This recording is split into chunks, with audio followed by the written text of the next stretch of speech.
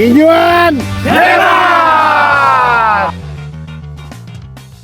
Tujuan dari sosialisasi ini pertama untuk memahami konsep dasar dan standar internasional, yang kedua untuk pemetaan titik kritis resiko di setiap tahap proses pengolahan, yang ketiga pencegahan kerugian yang merupakan strategi untuk mencegah kerugian akibat kerusakan mesin, penurunan derajat dan kendala pasokan, dan keempat ketiga untuk memahami peran ketiga pengelolaan lingkungan dan efisiensi energi dalam operasional. Contoh dari kerugian akibat kerugian operasi yaitu pabrik tidak rugi hanya karena satu mesin rusak, tetapi produksi tertunda, lumpur naik, pengiriman terlambat, serta pembuatan pelanggan yang meningkat. Dari itu kita harus memahami apa saja karakteristik khusus resiko cycle of farm tersebut. Pertama, karena tergantung pada alam. Karena info ini sudah hidup, musiman dan sangat bervariasi, sehingga kualitas pasokan dipengaruhi oleh kondisi alamnya. Yang kedua, investasi tinggi, kerusakan fasilitas menimbulkan kerugian yang besar dalam waktu yang singkat. Lalu gangguan di satu tahapan akan mempengaruhi seluruh alur produksi. Hanya karena produksi kita tidak pada karya, pada hasilkan energi, jadi proses tergantung pada utilitas yang besar dan konsumsi energi yang tinggi dan rendah terhadap gangguan. Untuk manajemen risiko sendiri, yaitu proses sistematis untuk identifikasi, analisis, menilai, menangani, dan memantau kejadian yang dapat mengganggu pencapaian tujuan usaha.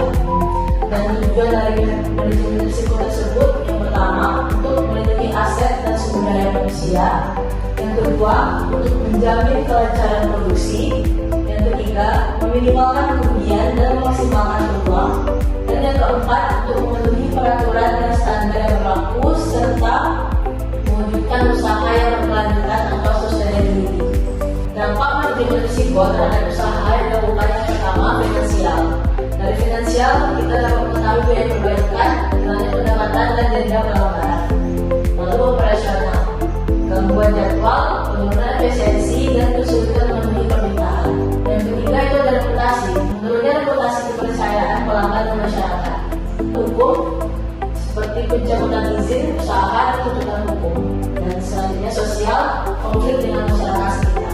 Kita tahu di PKS itu kita menghasilkan manajemen. Manajemen itu adalah perbandingan jumlah produk yang dihasilkan dengan bahan baku yang digunakan dalam proses produksi. Penyebab dari penurunan manajemen tersebut bermacam-macam. Yang pertama ada kesalahan dalam pengaturan proses produksi. Yang kedua kebocoran pada saluran dan peralatan. Yang ketiga pembuangan bahan yang masih dapat dimanfaatkan. Yang keempat penurunan kinerja mesin serta bahan baku yang tidak konsisten. Dampak ekonomi dari penurunan manajemen yaitu penurunan 1% saja dapat mengurangi pendapatan hingga 300 hingga 500 juta per tahun. Titik kritis yaitu tahap pembersihan, hal pemurnian dan pengeringan adalah titik-titik yang paling rentan terhadap penurunan manajemen.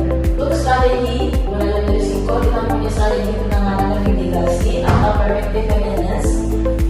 Yang pertama itu jadwal yang aset kritis atau jadwal preventive maintenance yang kritis ini harus dibuat jadwalnya yang terstruktur agar aset dapat direkomendasikan untuk perbaikan.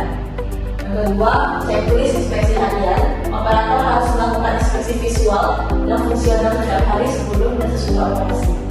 Yang ketiga, spare part kritis.